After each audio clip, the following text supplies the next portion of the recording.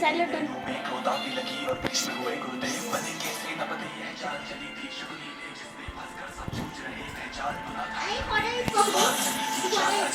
ना कोई संधि हो गुरुवर द्वारा वह ज्येष्ठ पांडव से समर भूमि में बंदी हो फिर पांडव सेना में गुरुवर ने ऐसा तांडव नृत्य किया सब समर मुंड से पाट दिए मुझे ऐसा चित्र विचित्र किया सेना की यह दशा देख अर्जुन को क्रोध अपार हुआ बच उठा कृष्ण का पांच जाने और कांडी का टंकार हुआ कौरव सेना के होश उड़े जब गुरुवर का रथ चूर हुआ जो सोचा था वह विफल हुआ सब सपना चकनाचूर हुआ कहा दौड़ दे दुर्योधन मैं उससे पार न पा सकता अर्जुन के रहते धर्मराज को बंदी नहीं बना सकता कहा त्रिगणों ने मिलकर हम रथ से प्राण लड़ाएंगे हम अर्जुन को ललकारेंगे और दूर तलक ले जाएंगे हम जान रहे हैं अर्जुन से पा सकता कोई पार नहीं पर इससे ज्यादा मित्र तुम्हें मैं दे सकता हूँ हार नहीं फिर क्या था ऐसी नीति बनी जिसको सबने मंजूर किया उसने अर्जुन को ललकारा और समर भूमि से दूर किया ये चाहते गुरुवर ने फिर कुछ नवीन संरचना की जिसका भेदन हो सके नहीं उस चक्रव्यूह की रचना की पांडव सेना भयभीत हुई यह देख शत्रुघ्न सुखी हुए जो सदा शांत रहते थे वह धर्मराज भी दुखी हुए सन्निधान को दुखी देख फिर शेर पवन को जगना था जो धनी धनुष के बनते थे उनको भी डाक रगड़ना था उम्र 18 बरस मगर वह बड़ा धनुष का धंधु है सबने देखा कोई और नहीं वह अर्जुन सुन अभिमन्यु है ऋषियों का वर पाया था सभी योद्धाओं से परे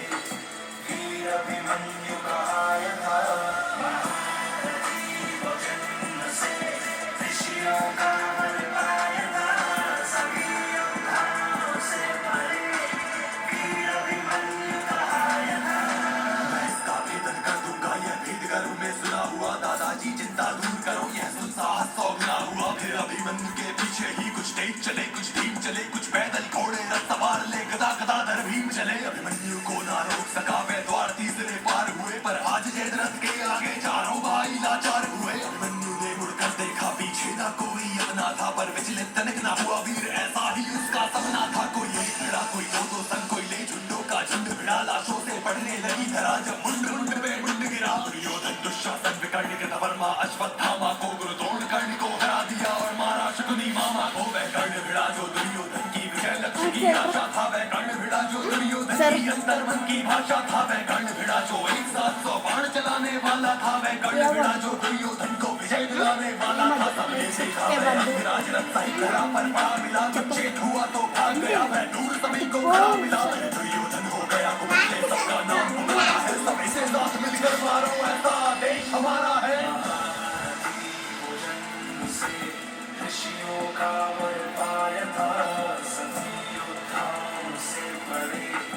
वीर अभिमन्यु कहाया था महारथी वो जन्म से